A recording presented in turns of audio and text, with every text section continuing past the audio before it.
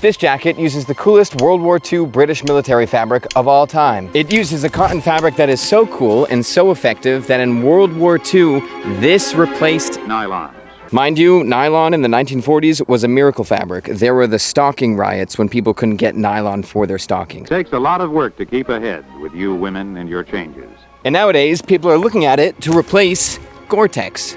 Holy smokes. But what's also cool is that the fabric was developed at the request of none other than Winston Churchill. Early in World War II, the British military did not have enough carrier ships that pilots could launch off of, so the Germans could just fly over to British ships and rain terror down on everybody, and the British were like, we're kind of out here. And Winston Churchill had the most 1940s idea of all time. He was like, okay, so why don't we just add a rocket-fueled catapult to merchant ships and just fire a Hawker Hurricane at the Germans? And all the British people designing stuff were like, all right, that sounds like a good idea. So obviously, since it's the 1940s, that works. But the problem is, once the battle is over, you have a pilot in a plane that does not have a ship they can land on. They can only be fired off of it. So everybody says to Churchill, well, what should they do after? And Churchill says, they'll just jump out. They'll just pop out of the plane and fall in the water. And that creates a new problem. Pilots are landing in the North Atlantic, and when they land in those waters, they have about 2 minutes before they die from hypothermia. So you introduce...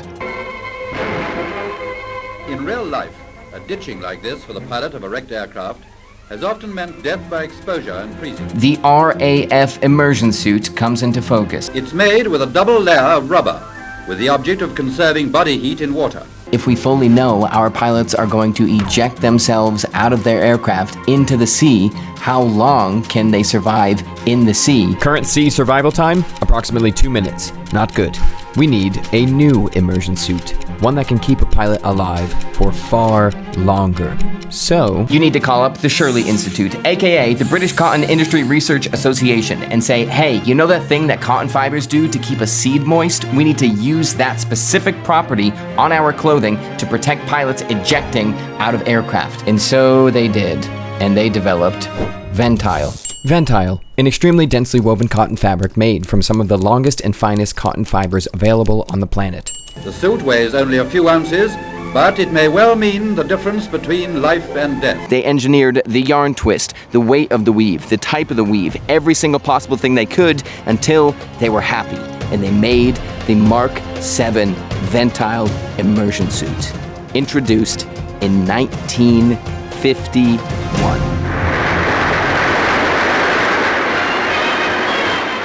1951, of course, is 6 years after World War II. Oops. And that brings us to the messy, messy world of Ventile. The amazing miracle cotton fabric that is oftentimes full of myths and sometimes lies. Essentially, from this point on, every single claim that I found online from experts and not experts, I tried to verify, and it was contradictory. None of it made sense. So I was like, uh-oh, which I've been thinking about for a long time, like 10 years, because 10 years ago, there was a blog post by a guy named Well-Dressed Dad. 13 years ago, sorry, a man named Nick published 2 blogs, one titled Ventile, Fact or Fiction, and the other called Ventile, The Ugly Facts They Don't Tell You. And way back 13 years ago on the internet, those blog posts blew up. Some article on Kim Kardashian, and then right below it, Ventile, Fact or Fiction. But you also can't swing the other way and say Ventile is totally useless, it doesn't work, it's a scam, whatever you want to say, because Ventile is amazing, and it is the precursor to Gore-Tex and does very cool things, but it does come with a ton of baggage. So today, besides pretending like I'm Batman in this giant cloak coat jacket that I got, we're going to figure out, is there actually anything special about Ventile? And the only real way to do that, in my opinion, is to see if I can make this pair of LL Bean jorts that I got as water resistant as this $1,000 jacket. Okay, they were actually LL Bean jeans that didn't fit me well, so Taylor cut them for me, and now these are my summer jorts that I wear almost never. We're also trying it with a t-shirt and a Carhartt jacket to see, because, little common misconception, Ventile always has a secret ingredient with it. Let's see if I can make this fit as water resistant as Ventile.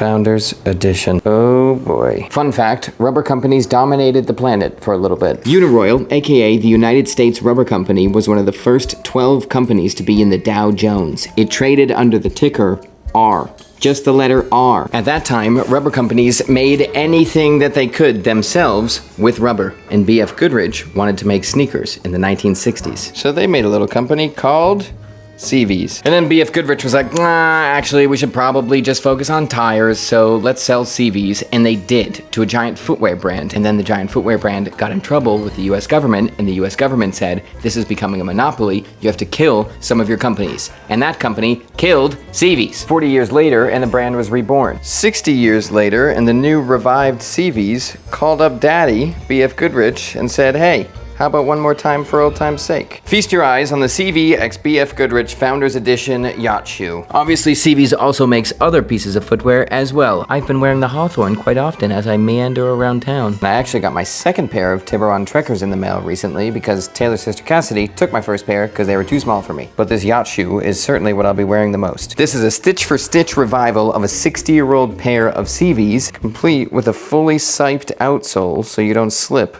when you're walking on a yacht. Which frankly, I thought was pretty cool. So thank you very much, CVs, for sponsoring this video. More information in the description. Ventile is so magical because it has holes, basically, throughout shall look a little nicer, a little closer. Throughout time, and even today, in modern times, waterproof and water-resistant fabrics are about blocking the holes. But Ventile is water-resistant with its holes.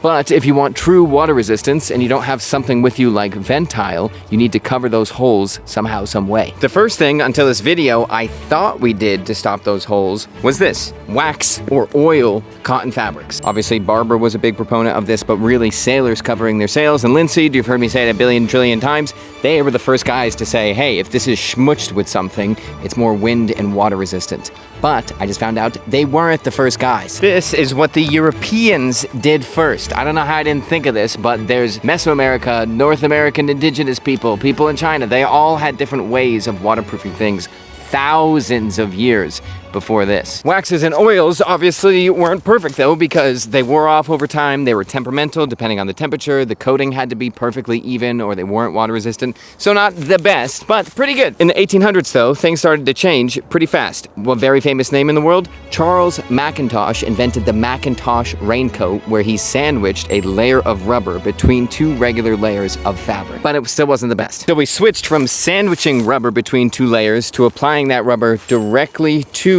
a fabric and bonding it into one thing. And we really haven't changed that for a super long time. Inflatable rafts, everything, still that same concept. But all these years later, the idea of blocking the holes completely for waterproofness has never gone away, and it's still the best.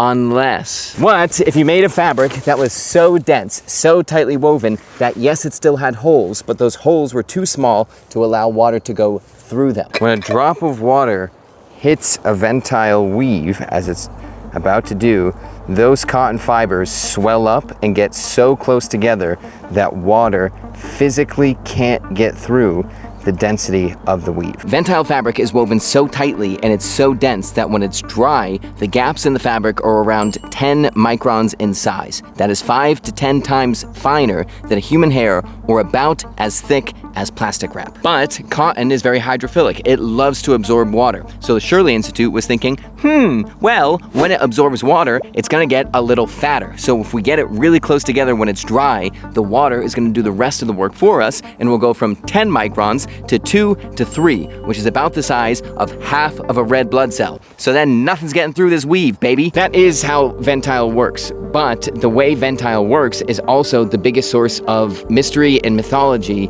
that gets tied up into one thing. That shot and this shot where the water is beating beautifully on top of it, that's not Ventile. In fact, the water is not even touching Ventile.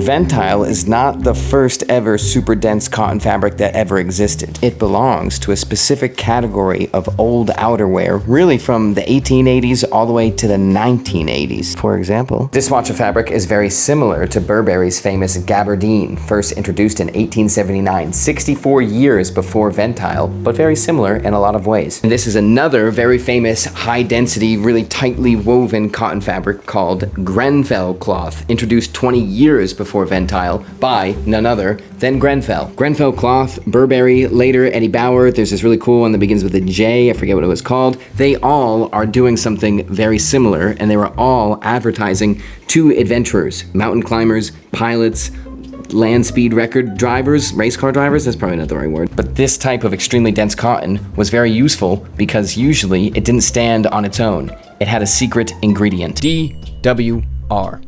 Durable water repellent finish. Or before the era when it was really durable, it was just a water repellent finish. What if instead of having to plug the holes of the weave so water couldn't get through, you instead had a little coating on top that held water on top of the fabric, so it never actually touched the fabric. That's exactly what Grenfell did, and that is why Mr. Burberry got so famous. The holes in the fabric that weren't being blocked allowed sweat vapor to come out. AKA, you had your first ever truly water-resistant but breathable fabric that was night and day for performing because you weren't stuck in a rubber cage. And that was happening way longer than I thought. I think the original version is called cravenette. Ads are people wearing wool top hats and it doing what people do today on TikTok, showing the water beating off. If you have a water repellent finish on your fabric, it's gonna do that beating thing. But if you don't, it's gonna do this. Just for a second, the water is going to beat up like we'd expect, but immediately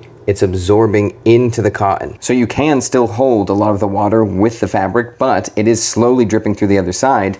And even if it wasn't, this is going to get saturated anyways because it's cotton and cotton is absorbing the water. Burberry, Grenfell, basically every single outdoors jacket within the past 100 years has some type of coating on it, even Ventile today. So we wouldn't really be able to test how water repellent Ventile actually is unless we can score some vintage Ventile, because vintage Ventile from the 40s, 50s, 60s, and 70s, I have it on good word, was untreated. So that is not what we have here. These are actually different packages for a different video. But luckily, there are vintage examples of this untreated Ventile online. Unfortunately though, it's either extremely expensive and not the correct era, extremely expensive, not the correct era, not totally verifiable, or extra totally not verifiable. This is Blacks of Green Rock historically did use Ventile, but they didn't always use Ventile, so I don't actually, it looks like it might be, but I don't actually know.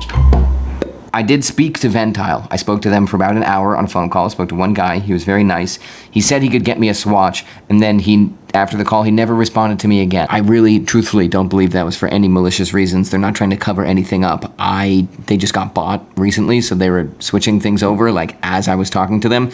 So I think I just got lost in the shuffle, or they were like, what is he gonna do with it? Why are we gonna give him that? But if we do know now that beating party trick is from DWR, and you don't need a crazy weave like Ventile to achieve it, I wanted to figure out, could we get a very similar effect and make something like jorts water resistant? So, Nick Wax, wash-in cotton waterproofer, DWR for cotton. And this is Taylor's mushrooms. What are you doing with your mushrooms? Shiitake. Shiitake. Let's see if I can make this fit as water resistant as Ventile. First thing we need to do is test the baseline water resistance of each of these fabrics. Okay, so here's what we want to pay attention to. I'm gonna put water right here. I'm gonna hold it in my hand, and you see it stays on top there for a little bit, and just now there's a steady drip of water going on my hand. So my hand is wet. Ooh, okay, well, that might be a problem. Okay, yeah, Carhartt's gonna do very well, because you'll see, if I put this on, see what's going on? There it goes. Ugh. And while we're doing all that, we have one of the most important questions of the video to answer. How water resistant is Ventile actually? This is going to be a little brutal. How do Gore-Tex and Ventile actually compare head to head? Well, we have some numbers, sadly. I really wish we didn't. It would be much more fun if it was magical. Gore-Tex also has holes. It's this very weird, spongy-looking membrane that is basically a water lock. It doesn't need to get wet and swell up. It's always like that. It's just a solid wall. But the holes are 0.2 microns, 15 times smaller, thereabouts. of Ventiles. Modern day water resistance tests use something called hydrostatic head pressure. Essentially, you take a little bit of a fabric, you strap it onto a tube, and then you see how much water you can put on top of it, or simulate putting on top of it, before 3 drops of water go through that fabric. It's measured in millimeters, so a jacket could be 5,000 millimeters of hydrostatic head pressure before it fails, or whatever it may be. Oftentimes, Gore-Tex is in the 20,000 millimeter plus range. There's sometimes 28,000 millimeters, but I couldn't stomach doing the math for 28,000, so 20,000. It said that typically 1,000 to 2,000 millimeters simulates a light rain shower, so you want your jacket to be at least water resistant to that level. Sitting down on a wet surface adds a lot more pressure, so that's around 5,000 millimeters, according to what I could find online. And then, of course, we have very high pressure scenarios where you're putting a lot of force down on a small area, like kneeling. That is 10 to 15,000 range. At its absolute best, the best test that I could find for Ventile, it was doing 900 millimeters, and at its absolute worst, it was doing 500 millimeters, which means Gore-Tex is anywhere from 22 times to 40 times more effective for this specific use case than Ventile. And if you're anything like me, you're probably thinking what I was thinking at that moment upon reading that information. How on earth is that helpful to a pilot that is falling out of a plane and smashing into the water and then trying to wiggle around and stay afloat while they're in the water? How does that not fail? And the answer is very simple. It did fail. It wasn't effective. The cotton did not swell up fast enough, and it soaked people. This is a quote from a Canadian research paper that studied a ton of immersion suits, and this is what they had to say about Ventile. The quality control on the manufacturing of suits was poor. Many brand new suits leaked so badly that the subjects had to be physically lifted out of the water after only a short immersion, and some groups of people even refused to wear them. Ventile fabric was not the success that everyone had hoped. Essentially, a single layer of Ventile couldn't take the pressure when a pilot slammed into the water and that ocean water rushed in before the cotton fibers could swell up, but also as the pilot was smashing into the water and moving around staying afloat, that was too much pressure, so it just flowed through the Ventile. Also, the article mentions that the construction of the immersion suits just wasn't that good. The zippers leaked, the seams leaked, the construction wasn't perfect, there were defects, and on top of that, the sweats, oils, greases, whatever that got on the Ventile prevented it from properly swelling, and then it leaked as well. And that right there is the position the Well-Dressed Dad blog post is taking. It's very easy to say, oh, there's a very cool, obscure 1940s fabric developed for immersion suits. We should put that on rain jackets. Essentially, we heard the word water and thought, okay, well, rain is water the same way that slamming into the North Sea is water, so it must be a good rain jacket. When you think about it, the act of cotton swelling up to stop more water from entering into your jacket means the cotton itself is wet, so that's not what you want for a rain jacket. However, that is also not the full story. That's not an accurate read-through. Gore-Tex and that Canadian author would like to say more. And you know who also would like to have a word? My 1950s RAF Beaton flight suit made from Ventile. It's so cool, I don't even mind wearing it right now, and it's about 90 degrees. And that's also why pilots loved it so much. It's very breathable. Okay, read it and weep, folks. This is from that same Canadian immersion suit article that I just referenced. Bluntly put, the one-piece immersion suit developed by the RCAF in 1945 could do nearly as good, if not a better job, than the suits built in the 1980s. The introduction of cotton Ventile fabric, later superseded by Gore-Tex, and the introduction of the reliable waterproof zippers in the 1980s had made only marginal improvements in overall performance. Everything sucked, essentially, that's what they're saying. The catastrophic failures on the immersion suits, the zippers, the seams, the defects were so big that the fabric was the last thing that you looked at. But when you did look at it, especially in the case of Ventile, and thought, okay, a single layer of Ventile doesn't really work that well, are there any solutions? The answer was a big fat yes, of course there's a solution. A single layer Ventile immersion suit, not very effective, but a double layer was very effective. That first layer stopped all of that, and the second layer held the water out and kept the wearer alive, provided that it was made correctly. Also, just still want to specify, this is a flight suit, not an immersion suit. This is a single layer tropical weight flight suit, so it's not the same thing. Couldn't find the other thing. That would have been probably $10,000. Oof. And now from Gore-Tex. Even fabrics with very low water column ratings have turned out to be waterproof under real-life conditions. The Swiss Federal Laboratories for Materials Science and Technology analyzed several garments made with fabrics whose water column ratings were below 120 millimeters, and they established that even these garments remained fully waterproof when rainfall was simulated. These were closely woven fabrics with a water-repellent fabric treatment. But the most important thing, and that I'm feeling today, is that Ventile is a breathable fabric. Immersion suits before this were effective, I would assume, but when the actual pilot was flying his plane, he was dying, drenched in sweat, and it was terrible, so they needed to find another solution. The original Ventile immersion suit proved impenetrable to Arctic winds and icy waters, extending survival time tenfold and saving 80% of ejected pilots. It may be considered as the first application of waterproof, breathable fabrics. Ventile is Gore-Tex's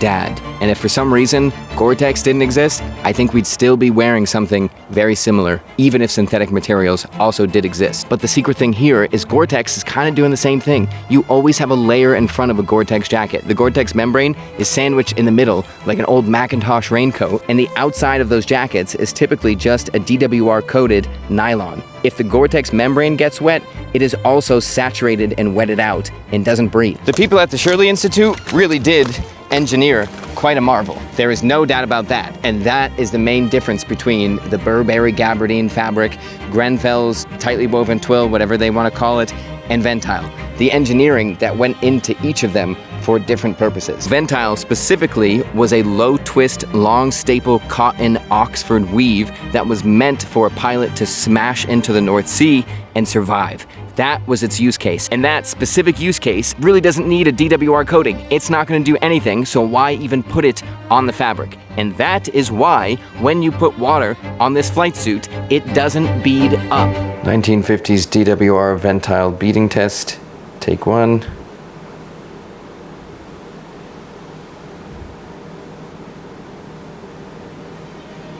It's beading.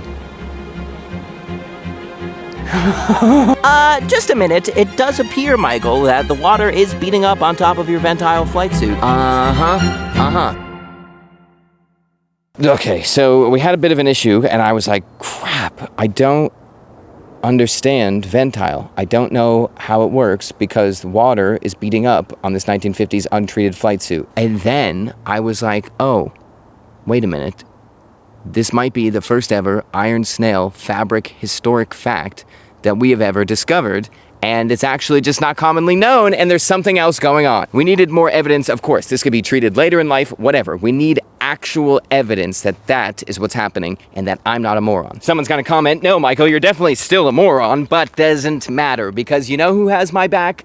T.R. Harding, in an article from 1951, the year the Mark 7 immersion flight suit came into play. I'm gonna read the quote. You should have seen my face when I found this freaking paper. These types of fabrics are obviously admirably adapted for civilian needs. I won't do that. In a post-war development is the marketing of garments such as raincoats, golf jackets, etc., made from specifications laid down by the Shirley Institute and dyed and treated with Veilon. Veilon was introduced in 1937, and so was Zaylon. That is 6 years before Ventile was invented, and 15 or something years before it was even implemented and used. So with that, I would like to say, I, Michael Christie, sole representative of the Iron Snail and head of the research department, would like to formally ask the group and propose the idea to all of the fabric and textile nerds out there that Ventile, as a textile, since it was commercially used, has always been treated with some sort of water-repellent finish as early as 1951. And I would also like to bring to the committee that more evidence is needed to support that it ever wasn't treated, even in military applications. And I'll do you one even crazier.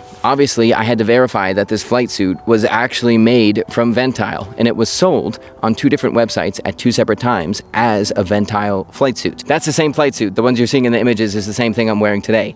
But I don't know if you could really see it. This is an incredibly dense, tight fabric that probably does keep a lot of water out when it gets wet. But this is a twill weave. Ventile's signature weave is an Oxford, and if this is believed to be a real beat-in flight suit from the 1950s, Ventile's probably not going to change their signature weave within 8 years of developing this crazy fabric. Maybe over time they did, but definitely not here. So I think This is just gabardine, which is Burberry's big, famous flagship fabric. Gabardine, different than an Oxford weave, doesn't have the same properties when woven to do this thing. But this is also not an immersion suit, so that makes sense. And that, the fact that this was sold as Ventile 3 different times, is the biggest point of this video. Nobody knows really anything about historic Ventile. Nobody. I'm sure there's some shoebox in some archive somewhere with the British government that has all the information that we could possibly ever want, but it's not really readily available for virtually anyone, and it's probably incredibly hard to find and tucked away somewhere that most people can't get to, or it's lost. Okay, everything is now washed and dried from that DWR treatment, so now it's time to see if it's actually any more water repellent and if it can even compare to Ventile. I think I could feel it the most with Carhartt, but you feel like a little film. Your hands feel a little slick, like there's something on them, and that's because there is. And as you probably know by now, we're coating everything in a very fine layer of plastic. DWR, even though it's fluorocarbon free, is still just plastic. So Ventile, Burberry, whatever fancy thing that you have that has a DWR coating, has a plastic coating on top of it. Okay, first let's just get Carhartt out of the way because everybody knows it is going to absolutely dominate. No surprises here, I'm predicting it before I even pour this on. Yeah, it's beading like it's nobody's business. Okay, front general store, test 1 after treatment. Does it bead? Oh, it does. Oh yeah, that thing is beading right up. And now, jorts. Do the jorts work? My prediction, these perform the worst at holding water, but I think they'll be just fine. Yep. Boom, there you go. Now you have jorts where if it's raining outside, they're gonna stay dry for a pretty darn long time. So while it looks like jorts in a t-shirt can do something very similar, that is immediately after a wash. It's probably not as effective in real world scenarios, and it probably won't last as long. But you can get the same party trick. It just doesn't have nearly the same efficacy as Ventile or a very dense cotton weave. But it is very interesting. I was told that was not gonna work that well, and it did. So nowadays, people like Ventile, one, obviously because it's a 100% natural material besides the DWR finish. It's quiet when you move around. It doesn't melt if it gets caught on an ember, if you're having a fire or something like that. It ages, where is it? It ages really beautifully and feels nice. It's very stiff but soft. And generally, when it's dry or DWR is doing its job, it's probably a lot more comfortable to actually wear when you're hiking or outside or doing something strenuous. But I think a lot of it is also just because it's so cool. So, to quote the man that saved this entire video, T.R. Harding, in his 1951 paper, he ends with, "The term Ventile was given to these new fabrics, a word which characterizes very well their essential properties, a venting textile." Not for nothing, that also does suggest Ventile is just the commercial name that this fabric got when it was being sold to people like you and me, and the military probably used a totally different name, so we'd have to look by date to find those records.